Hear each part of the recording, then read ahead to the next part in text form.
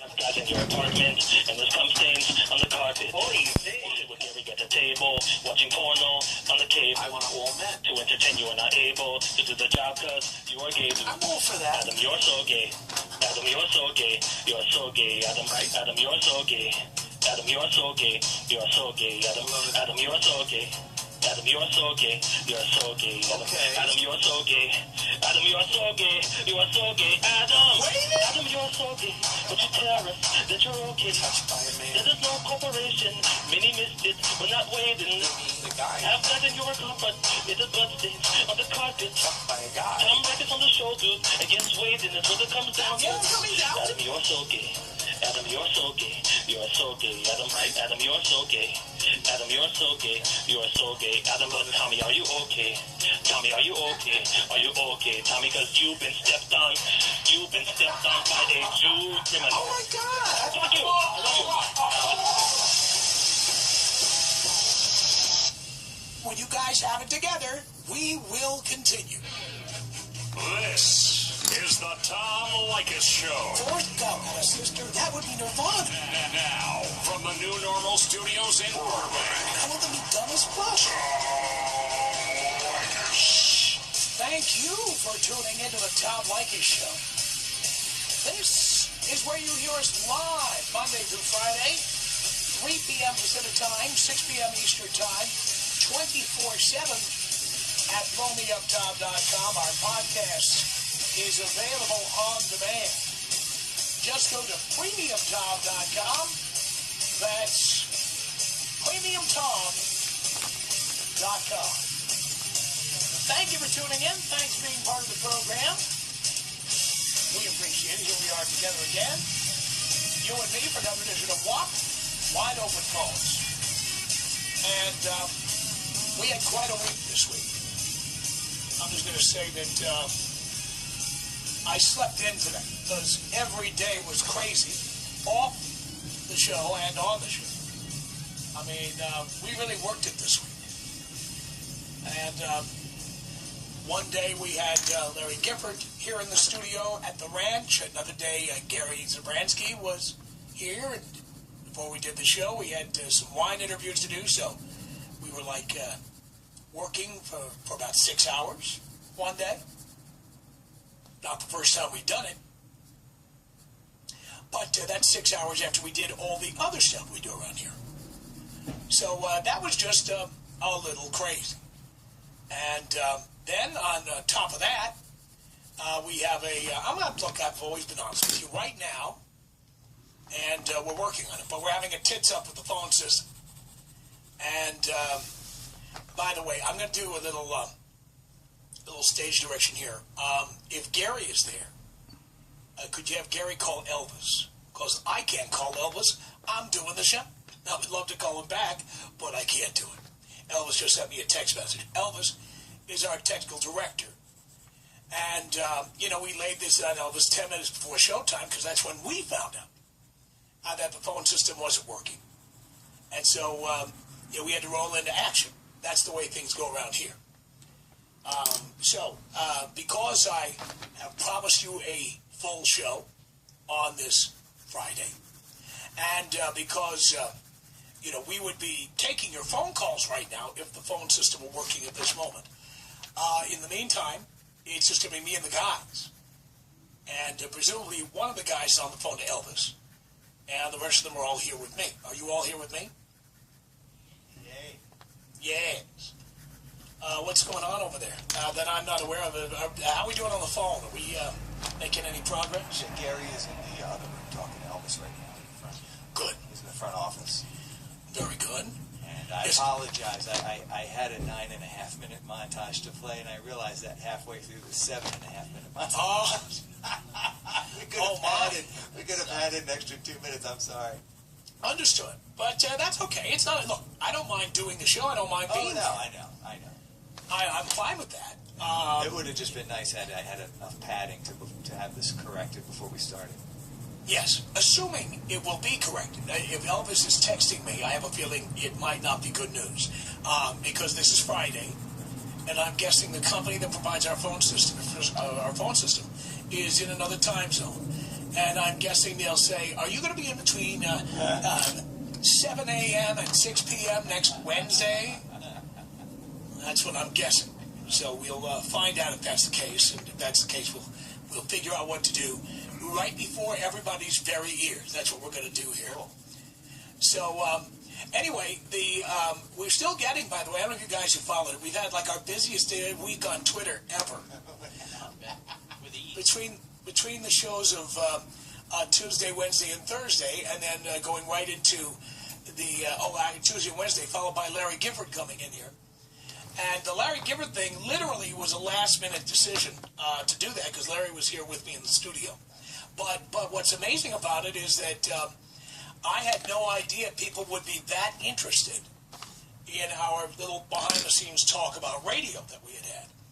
And in fact, now over 100 people have already heard Larry's podcast, which was just posted, and we have a link to it on our website and on Facebook if you want to listen and hear that. And who knows, while we don't have phones, maybe this would be a good time to catch up on that podcast and find out what we said yesterday. I don't know. I don't know what to tell you. By the way, does Adam Sachs have a Twitter handle?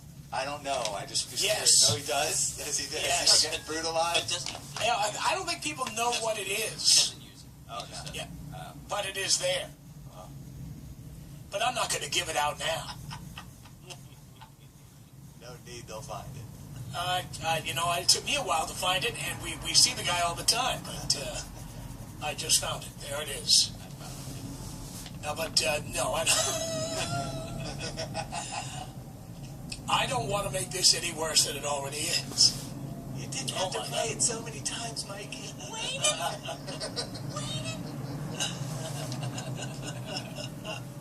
What a week this was. There was something in the air this week. I don't know what it was.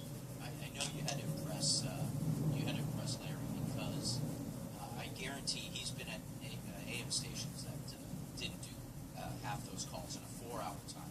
Oh, don't think we weren't talking about that when the mic was off. I was showing him the full board of calls we had, and that was just for doing kind of a behind the curtain look at radio. I couldn't believe the number of phone calls. As I always say on the show. Oh, better take this. Don't fuck with Elvis, all right, Dean? Please don't fuck with Elvis. Not now.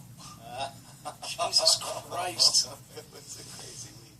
It's like herding fucking cats when we have a technical problem. It's crazy. I go running out. I'm diving behind shit. Yeah. People are yelling at each other. Oh, I know. I know. But it makes it such good content. Well, it does. That's the thing. People, again, there's a certain number of people in and out of the radio business who think we make this shit up. And believe me, there is plenty of stuff going on here that makes for great fun. We don't have to make anything. It's pretty amazing. So I don't know what happened this week. I do, you know what? I do believe that our little 4th of July break that we took was very good for all of us. I think the show has been. I was happy with the show before, but I'm real happy with it the last 2 weeks. And it worked so well, I'm going to take another vacation coming up here in about 2 weeks. I'm getting out of here. I'm sorry, I had to take that call from Elvis, but I wanted to ask you because you had a chance to sit with Larry, and he's done. I checked his resume, and it's pretty damn impressive. I went through his list of stations that he's been with.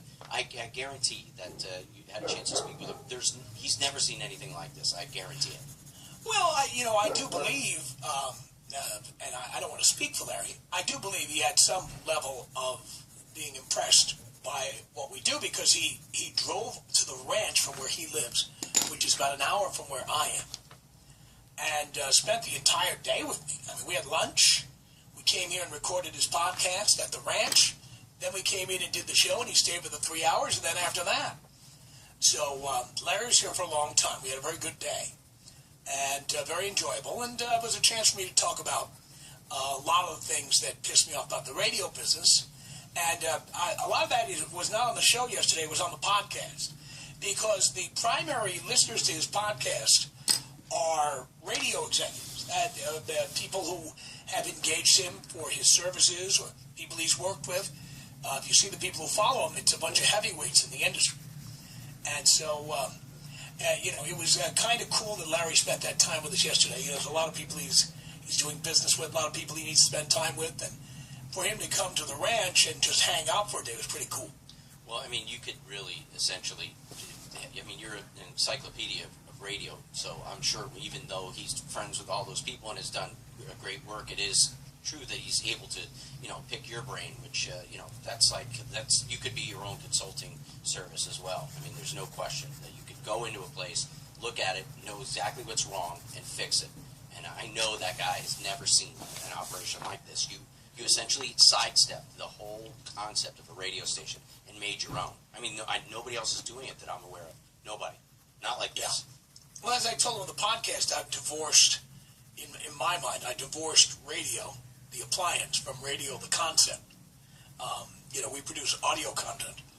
I always say people don't refer, the Rolling Stones, I first heard them when I was a kid on a 45 RPM single, a vinyl. And later they were on 8-track tape, and later they were on cassettes, later they were on CDs, and later MP3s.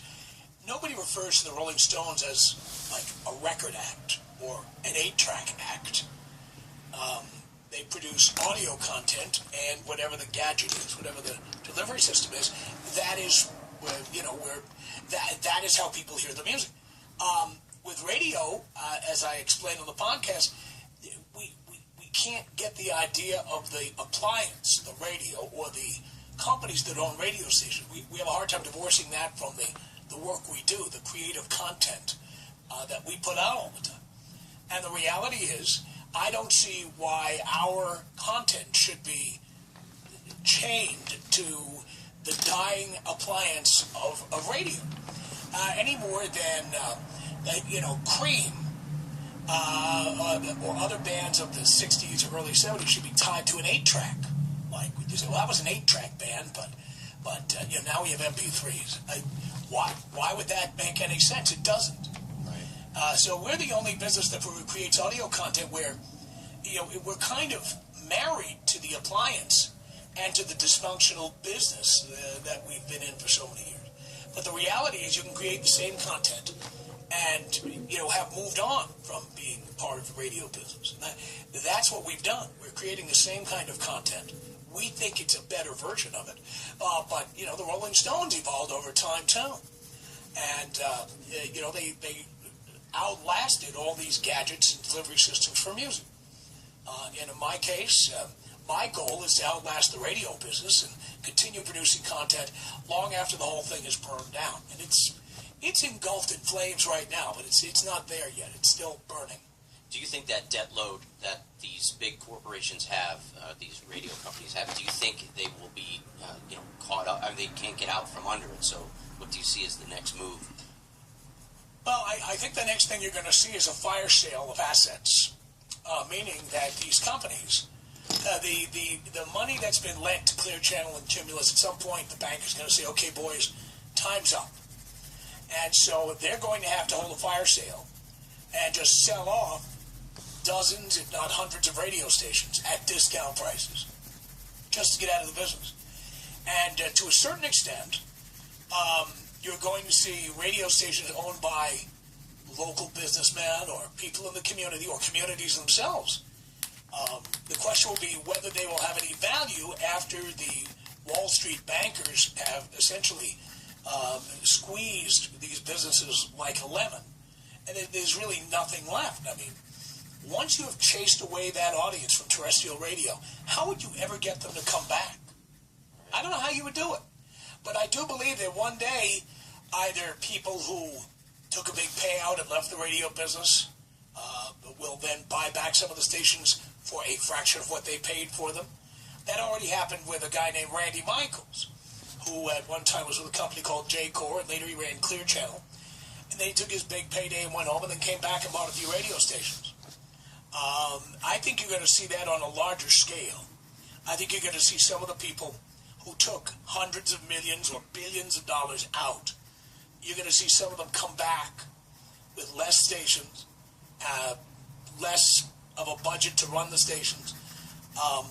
But you're going to see more organic programming, and the question will be whether there'll be an audience for it by the time that happens. Right. People still they're installing radios in cars still to this day. But what we will see in the future with the new Tesla and everything else, everybody's going to have an IP address in their car. So it'll be every car will be able to get a wireless Wi-Fi signal just driving around town, probably.